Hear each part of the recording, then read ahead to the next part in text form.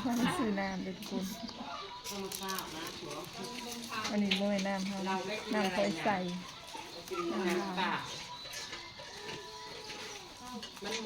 ไปนั่งโต๊ะดูป่ะอันนี้สั่งเปียกอยู่เนาะอันนี้น้องไห้คอยใส่เนาะกระเทินได้มากเลยเดี๋ยวเมื่อคนตีตอนนี้เมื่อไห้คอยใส่น้ำสีชมพูกระเป๋าบงมีเงินเลยมันดอยอีกเลยว่าจะเบิ่งเนี่ยกระเป๋าก็มันดอยอีกนางคุณขอถ้วยน้อยผมเด้อถ้วยน้อย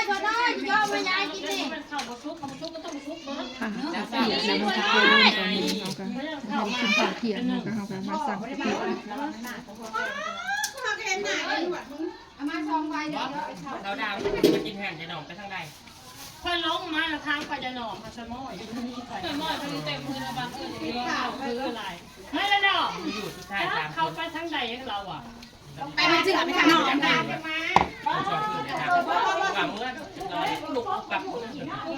ค่อยลงมาหมูก่อนหมูมันเข้าอันนี้เขาจะไปทางไหนมือกล้องนะทุกคนกินน้ำนองเลยหวานอยู่ที่แพงหวานเจี๊ยบน้ำน่องพอยใส่เอื่อยวันเอาไปกินก่อนนะเราสั่งข้าวเปียกอยู่นอนตอนนี้น้องข้าวจี่จะพันวะถามแล้วว่าคัน5,000ก็เอาก็เป็นเด็กน้อยคัน5,000ก็เอาที่ก่อนเงินแม่มึงเบิดแม่เพิ่นให้มาซื้อตำบ่มีตำขายนะทุกคนขายแต่อันขนมข้าวต้มข้าวเปียกเนาะยังบ่มีตำขายก็เลยเขาก็เลยมาสั่งเป็นข้าวเปียกแทนเนาะทุกคนเขาบ่ได้ออกไปซื้อข้างนอกเนาะเพราะว่างบมันบ่หลายก็เลยมาซื้อแถวในบ้านเพิ่นก็บ่ได้ขายสักเนาะตำก็เลยมาสั่งข้าวเปียกถ้วย1มากินอยู่เฮือนเปียกเขาก็มาห่อแล้วเรียบร้อยมีก็เลือนมีซีนมีลูกซีนเนาะน้องแพรเป็นมือกล้องเสียงก็สิลูกเองนะทุกคนบอกว่าคนมาลิ่นอยู่นี่หลายเนาะมีน้ำมีขนมขายน้ำทุกคนอันนี้อยู่ในบ้านอยู่คุมใต้พี่เนาะบ้านเฮาเพื่อนเฮาขึ้นไปทั้งคู่แต่อันนี้อยู่ในบ้านพี่เนาะตอนนี้เสียงก็สิเองเลยเนาะ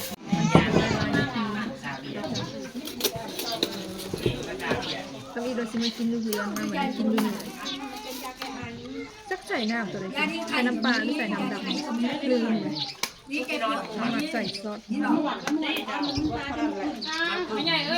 มันไหลลงปั่นแน่ข้าวเดียวตอนนี้ยังไม่ได้เจาะน้ำส้มตอนนี้ยังไม่ได้เจาะแต่แพนอาแขวครบเลย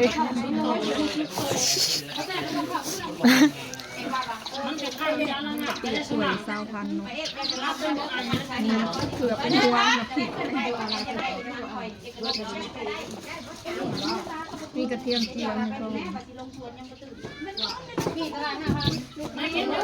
โอ้ก็บ่ร้อนเคยใส่ข้าวมาขวดเลยนะว่าเด้อบ้านเด้อมึงอาบน้ำมันลงตึ้งเตียงจะใครละบ้านนี่มันนอนมือตรงๆนี่มันมือตาบ่ขึ้นเป็นอะไรเมย์ที่สูง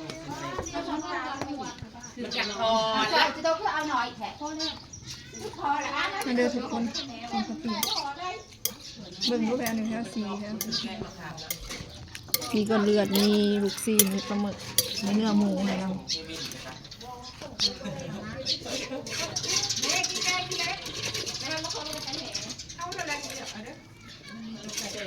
ผักเสริมกับผักสลัดแปะเอาเลยน้ำมันจอกไงเนาะ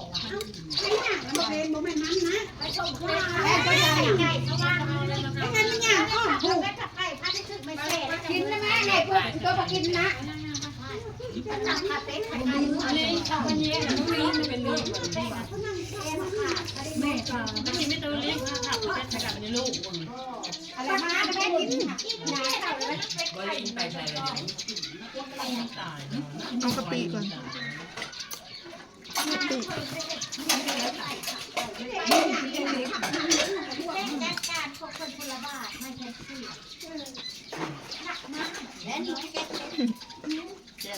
จะกินยังไงเลยประมาณบาทกิน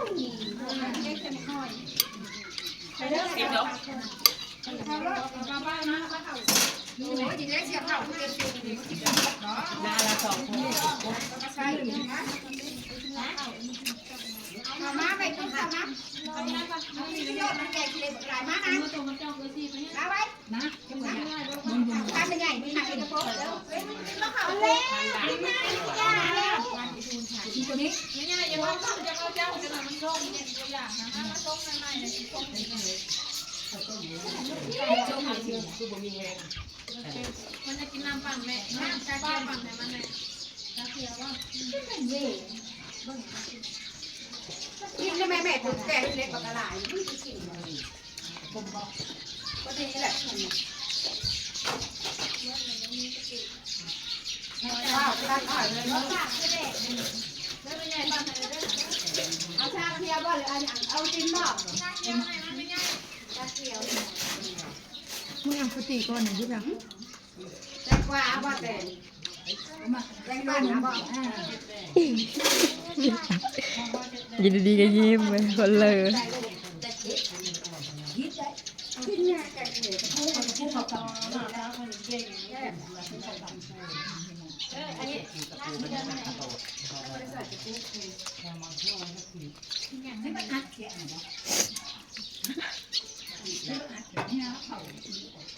เขาแน่นอนเขาคัดว่าอะไรอย่าง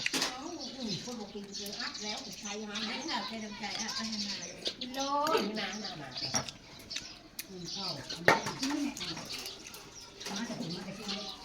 บ้องหาแต่น้ำขาเล็กน้อย แล้วบ่ได้ตัดก้นมันจะดี โอ้ยกินเป็นตัดจะใครจะไปถูกไหน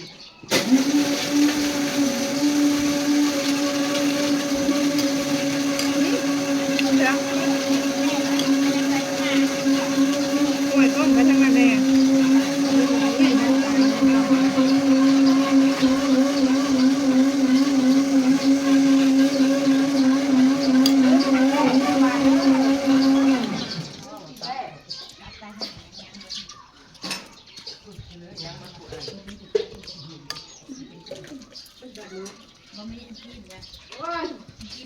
ใช้เล็กจังกินแล้วคณะโอดิตนาทีบอดีนะกินขนาด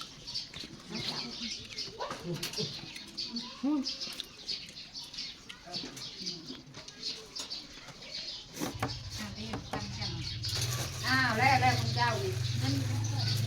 เพิ่นก็สิประมาณนี้เนาะทุกคนห่านค้าขายตามโซนน้ำบดก็สิประมาณนี้เนาะเพิ่นก็ซุ่มรุมกันกินข้าวเที่ยงกันเนาะทุกคนกินแกงขี้เหล็กเพิ่นว่าให้เฮากินข้าวเปียกเนาะนี่ โอ้ย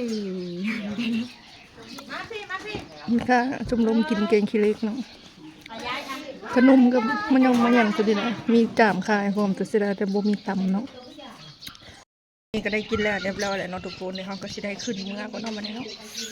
ก็บ่มีหยังหลายมากินข้าวเปียกเผ็ดทุกคนขอกินน้ำก่อนร้อนทั้งเผ็ดกินน้ำเย็นก่อนเนาะแห้งทุกคนเดี๋ยวเราจะขึ้นมาก่อนเนาะมัน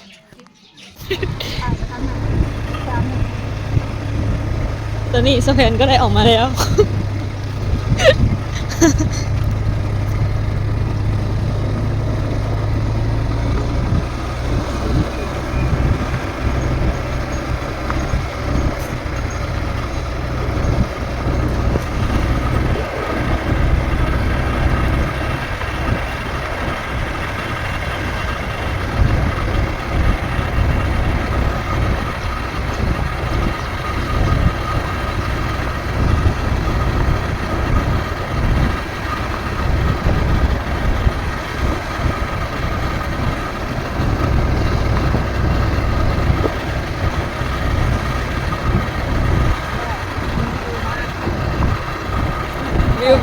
วิวแบบใบไม้สีแดง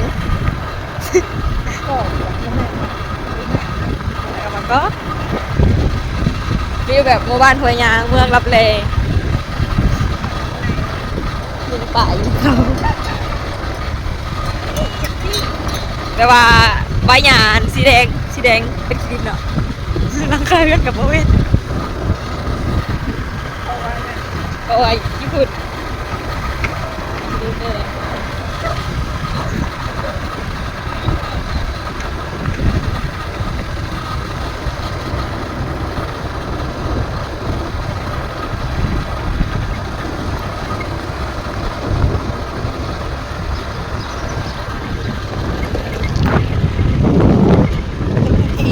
มือก่อนพิเศษนี้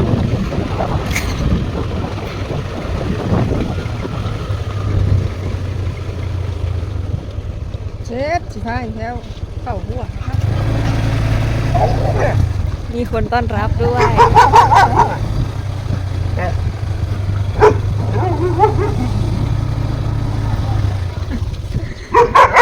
สำหรับคลิปนี้ก็ขอจบเอาไว้สำหรับคนเด้อพ่อแม่พี่น้องคลิปหน้าพบกันใหม่หากพ่อแม่พี่น้องกดไลค์กดแชร์กดติดตามฝากโฆษณานำเนาะคลิปหน้าพ่อกันใหม่เด้อจ้าขอตัวลาไปก่อนเด้อสบายดีสวัสดี